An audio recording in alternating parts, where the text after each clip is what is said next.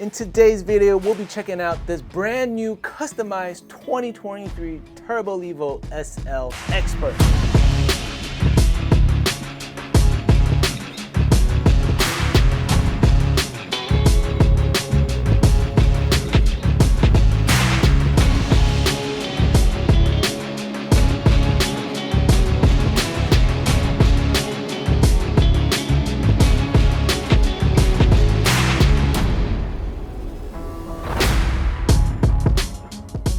Welcome to Send the Frankies eMTB channel. Today, we've got a great episode for all you super light lovers out there. We've got a very interesting setup on the Turbo Levo SL, so stick around to find out more details.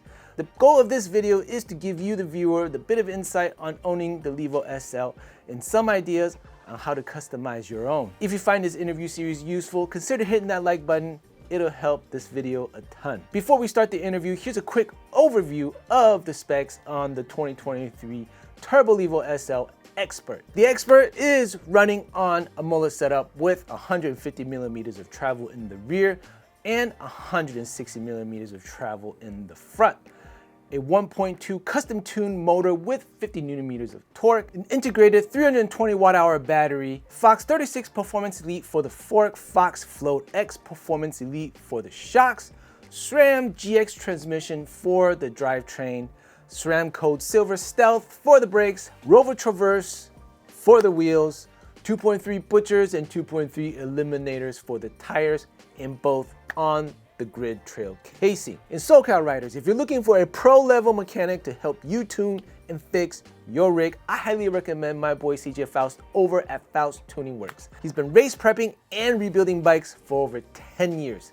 Message CJ on Instagram _InsideFTW for an appointment. Tell him Frankie sent you and you'll get $50 off of your first service. And with that, let's head on over to the interview. All right, we are here with Mike Ng and his 2023 Turbo Levo SL with the newest motor at 50 newton meters of torque.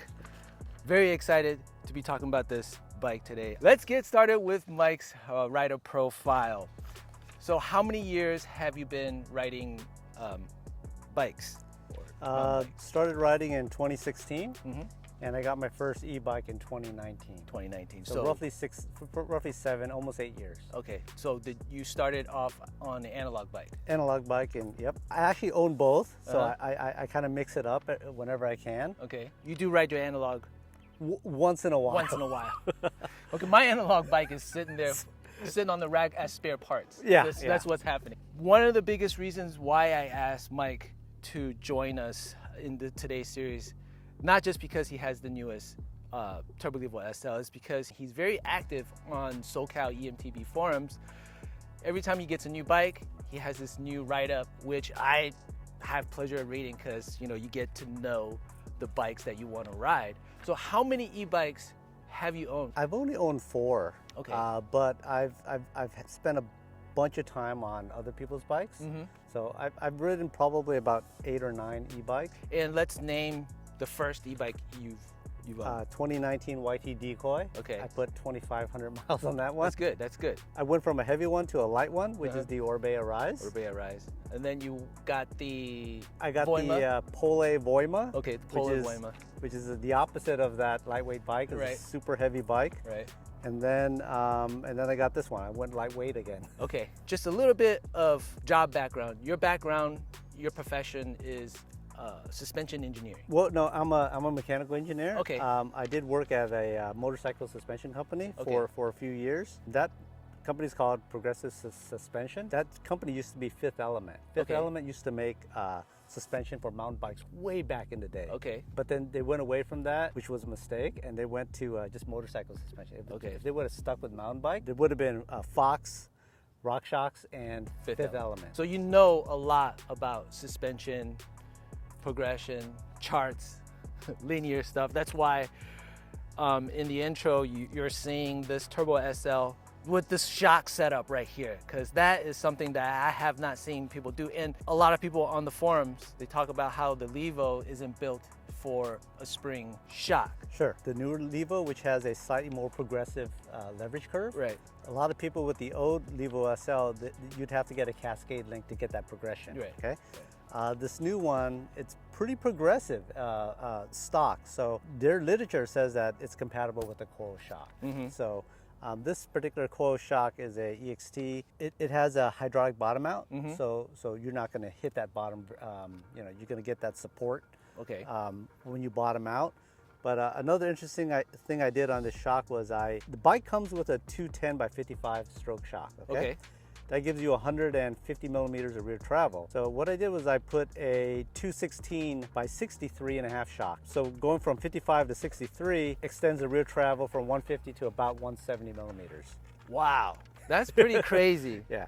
And you didn't change any of the linkage stuff? Just I had to change the shock and I had to get an offset bushing for one of the eyelets. And that allowed the shock to be very close to the stock length. That's pretty insane. I mean, all that just with a few... Just some minor tweaks. So here's the trick. Anyone with a 210 by 55 shock, first of all, you need to make sure you have clearance, right? Okay, right. So check your geometry, but if you put two offset bushings, that 216 becomes like a 212. So you're very close to 210 eye to eye. Okay. So your eye to eye becomes very close. There's only like 2.5 millimeters difference. So if your bike is able to handle that, just 2 millimeter difference, you might be able to long stroke your shock. Of course, bottom it out, make sure there's plenty of clearance, and of course you may avoid your warranty if you do that. Right. Hopefully, putting this on video, Specialized doesn't see us if you come across warranty issues. But from all your testing, it seems like it's working fine. Absolutely. And for anybody that wants to do the same setup, if you guys need any suggestions or help, you can contact Mike directly. Let's move on to the next modification customization, the fork. Coming off of stock, is this just a stock 38 fork or did you do something? This is actually a stock 36 fork. Okay. But I upped the spring to 170. Oh, up to 170. Yeah, so okay. It's a 170 Fox 36. Okay. Lighter bike, lighter rider. Okay. I don't have any issue with the stiffness. I don't feel like I need any more stiffness. Right. I think a Fox 36 is perfectly adequate. A few years ago, Richie Rude was winning EWS races with his 170 Fox 36. And he's like a 200 pounder, right? I definitely don't shred as hard as Richie Rude. And I really feel that, for a heavier e-bike, it makes sense. For a lighter bike, lighter rider, Fox 36 is adequate. It is adequate. Moving on to the drivetrain, is the GX transmission the stock build for this bike? It is. This is the Expert model. Right. Okay. Expert model comes with a full GX transmission. The only thing I did was I just swapped out the GX cassette with a excell cassette. Brakes. Have you done anything to the brakes, or are these the stock brakes? So the bike comes with what's called a code stealth brakes. They changed.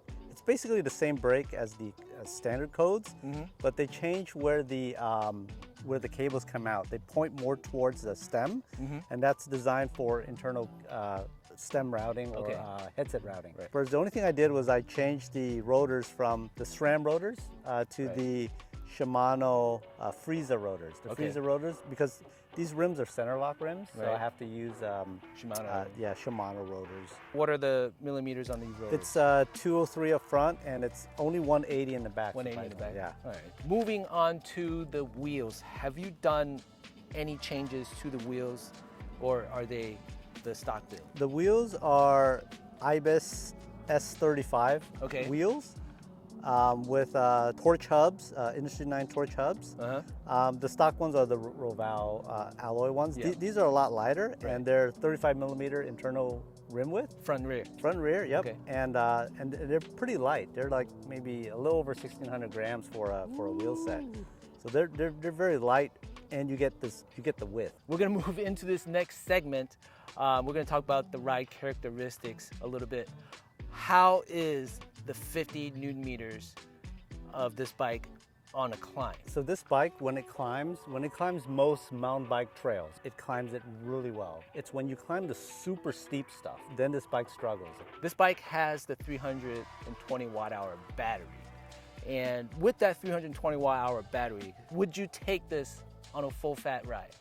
Most of my rides are with full fat riders. Okay. I would say 90% of my rides are with full fat riders. Cool. If you are the right weight, if you're not too heavy, if you're like 150, 160 pounds or below, and you're reasonably fit. I'm not super fit, okay, but I'm okay. Okay, I'm like an average rider. My last ride, I was riding at San Clemente. An hour and 40-minute ride. 3,400 feet. It's pretty close to a full fat bike.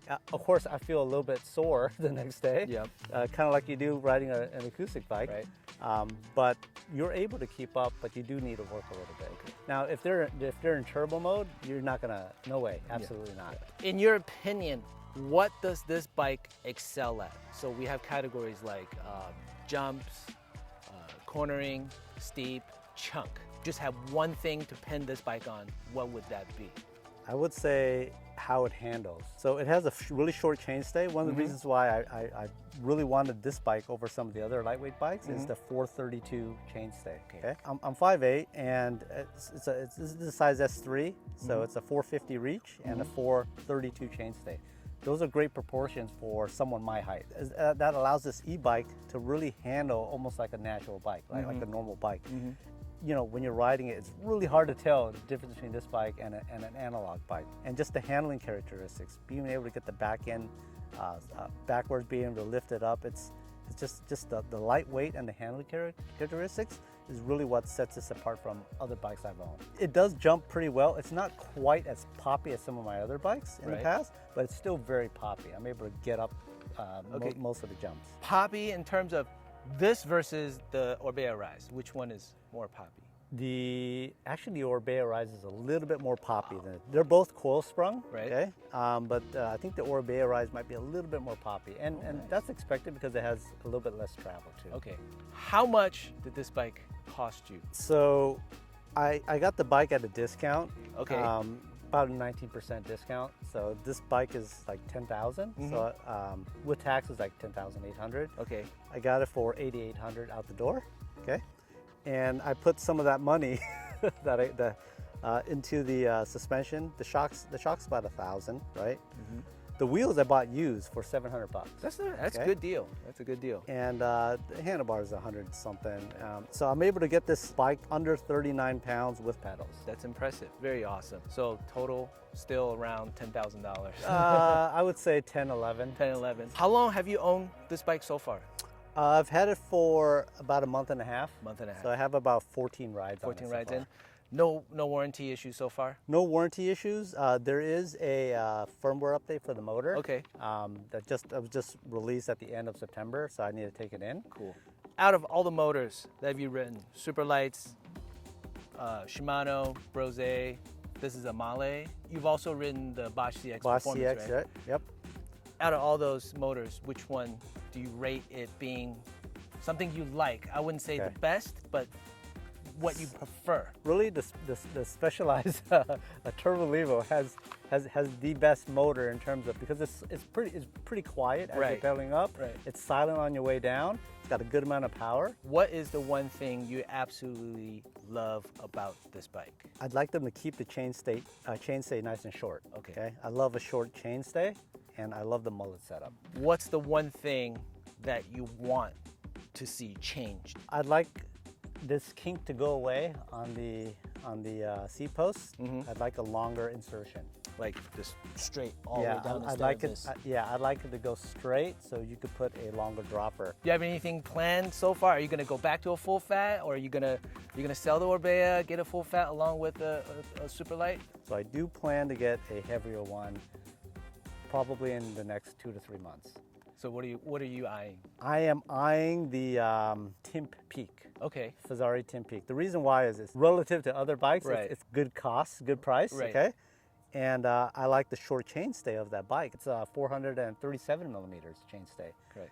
That is it for our interview with Mike. So if you guys have questions, you can message Mike. Thank you, Mike, for coming in. All right. Thank you for the interview. We're gonna go out and we're gonna get some ride shots. We'll head back into the studio. It was a lot of fun talking to Mike and talking bikes with Mike and going over his Turbo Levo SL. We went riding around Santiago Oaks to get some B-roll after the interview, and the Levo SL was able to maintain its full speed with full fat e-bikes. And like Mike said, he is an average rider.